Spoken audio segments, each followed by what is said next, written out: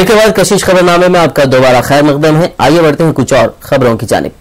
Congress general secretary Digvijay Singh ने कहा कि तश्कील तेलंगाना पर टीआरएस ने वादा किया था कि वो कांग्रेस पार्टी में जम हो जाएगी। दिग्विजय सिंह नई दिल्ली में मीडिया नुमाइंदों से बात कर रहे थे। उन्होंने कहा कि कांग्रेस में जम होने की बात टीआरएस सरबराह केसीआर ने की थी और इस पर किसी भी तरह की अमल आवरी की जिम्मेदारी भी टीआरएस सरबराह केसीआर पर आयद होती है। उन्होंने कहा कि तेलंगाना रियासत के लिए कांग्रेस हाईकमान ने पार्टी के आला कायदीन के एक ग्रुप को तश्कील दिया है और कांग्रेस ने तेलंगाना जॉइंट एक्शन कमेटी के साथ किसी भी तरह के मुज़ाकरात के लिए अपने दरवाजे खुले रखे हैं। इसमें सबसे लंबे समय तक ये चुनाव चलेगा। इसमें आपको भी परिश्रम करना पड़ेगा, हमको भी करना पड़ेगा, लेकिन निष्पक्षता से चुनाव हो, यह हमारी प्राथमिकता है और हमारा यही प्रयास होना चाहिए कि देश में प्रजातंत्र की जड़ें मजबूत हों और हमारे कैंपेन में तकसीम शुदा रियासत आंध्र प्रदेश के साबिक सदर प्रदेश कांग्रेस डी श्रीनिवास अब तेलंगाना रियासत के पहले सदर प्रदेश कांग्रेस मुकर्रर किए जाएंगे। हैदराबाद में मीडिया नुमाइंदों से बात करते हुए डी श्रीनिवास ने कहा कि वो कांग्रेस हाईकमान की जानिब से इस ओहदे की सुपुर्दगी पर सदर प्रदेश कांग्रेस के तौर पर जिम्मेदारी लेने के लिए तैयार हैं। इस बात के इशारे मिल रहे हैं कि आंध्र प्रदेश की साबिक रियासती वजीर सविता इंदिरा रेड्डी टीआरएस में शामिल हो जाएंगी और वो कांग्रेस को छोड़ सकती हैं। वाज़ेह रहे कि तेलुगु देशम से ताल्लुक रखने वाले सरकर्दा कायदीन भी तश्कील तेलंगाना के बाद टीआरएस में शामिल हुए हैं। सविता इंदिरा रेड्डी ने मंगल के रोज सदर टीआरएस केसीआर से उनकी रिहायशगाह पर मुलाकात की। ताहम सविता इंदिरा रेड्डी ने मीडिया नुमाइंदों से बात करते हुए कहा कि उन्होंने अपने बेटी की शादी में मदु करने के लिए केसीआर से मुलाकात की। याद रहे कि सीबीआई की एक चार्जशीट में नाम शामिल होने के बाद सविता इंदिरा रेड्डी अपने वजारत से मुस्तफी हो गई थी। मरकजी वजीर चिरंजीवी के भाई और टॉलीवुड फिल्म इंडस्ट्री के सुपरस्टार पवन कल्याण ने मार्च के दूसरे हफ्ते में प्रेस कॉन्फ्रेंस को तलब किया है। पवन कल्याण के दफ्तर से जारी प्रेस नोट के मुताबिक पवन प्रेस कॉन्फ्रेंस को मुखातिब करेंगे और अपने भाई चिरंजीवी के साथ उनके इख्तलाफात और खुद उनके सियासत में कदम रखने से मुतालिक मीडिया में जारी तबसरों पर अपनी वजाहत पेश करेंगे। तकसीम आंध्र के खिलाफ मुत्तहिदा रियासत के हामी कायदीन अपनी सख्त बरहमी और नाराजगी का मुसलसल इजहार कर रहे हैं।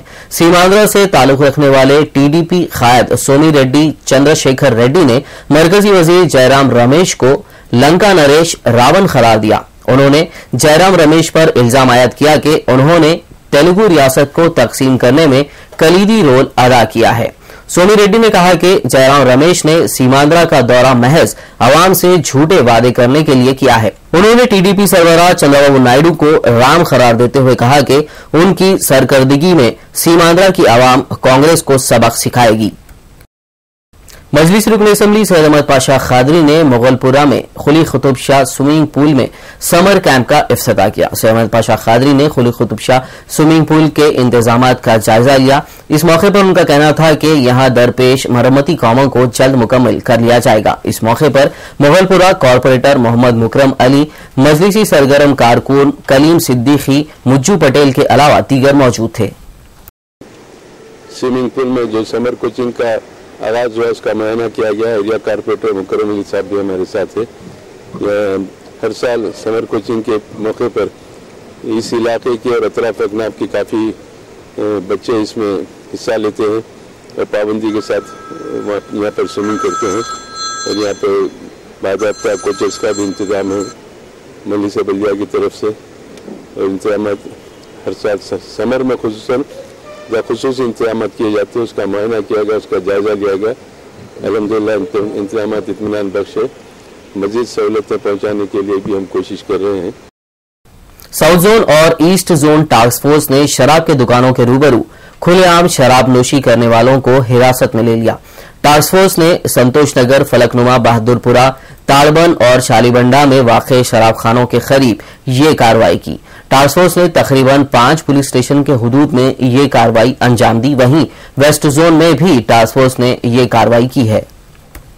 పక్కన పబ్లిక్ న్యూసెన్స్ కేసులు ఎక్కువైపోయిన ఈ మధ్యకాలంలో ఆఫీసర్స్ ఉన్నతాధికారుల ఆదేశాల మేరకు మేము ఇప్పుడు స్పెషల్ డ్రైవ్ చేసాము.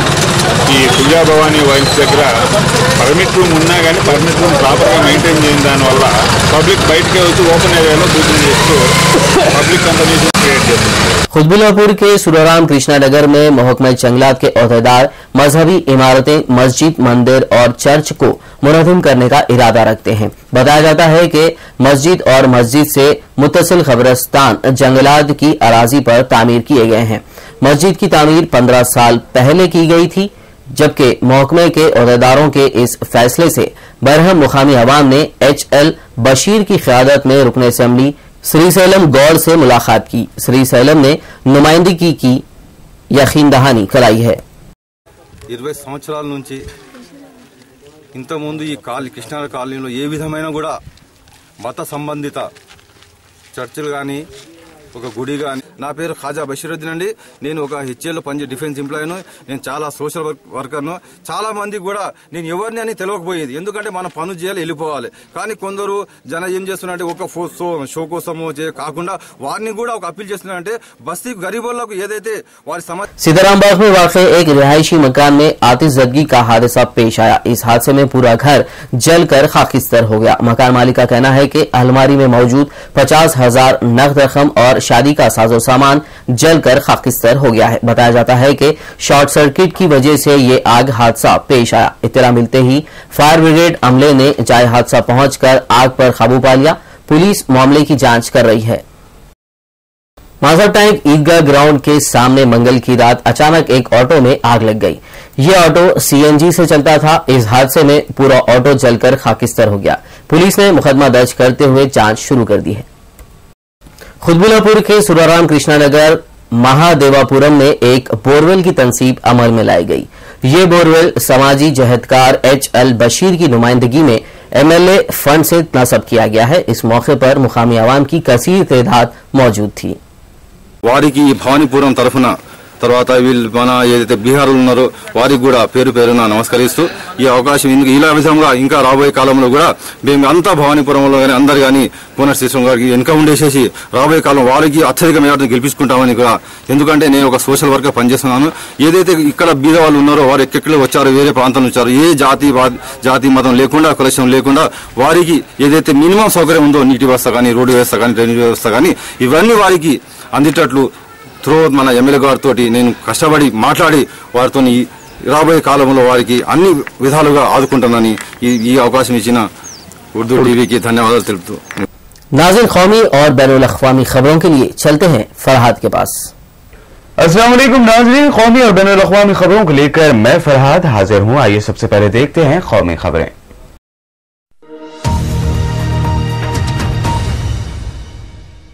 बीजेपी के तर्जुमान प्रकाश जावड़ेकर ने कहा है कि इन इंतखाबात के लिए उनकी पार्टी पूरी तरह तैयार है। इस बार 10 करोड़ वोटरों का इजाफा हो रहा है और उनकी पार्टी पूरे एतमाद से इंतखाबात में जाएंगे और बीजेपी मोदी की क़यादत में अक्सरियत हासिल करेगी।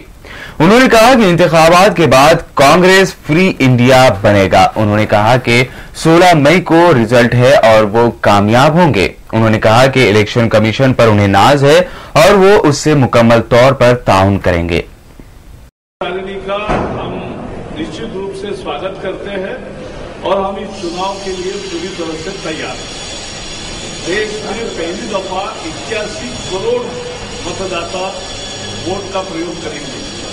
ये दुनिया का सबसे बड़ा लोकतंत्र है और इस बार 2009 और 2014 में फर्क ये है कि 10 करोड़ मतदाता बढ़े हैं नौजवान। तो इसलिए हम पूरे आत्मविश्वास से चुनाव के सामने जाएंगे। 60 करोड़ से ज्यादा लोग वोट डालेंगे, यह हमें उम्मीद है।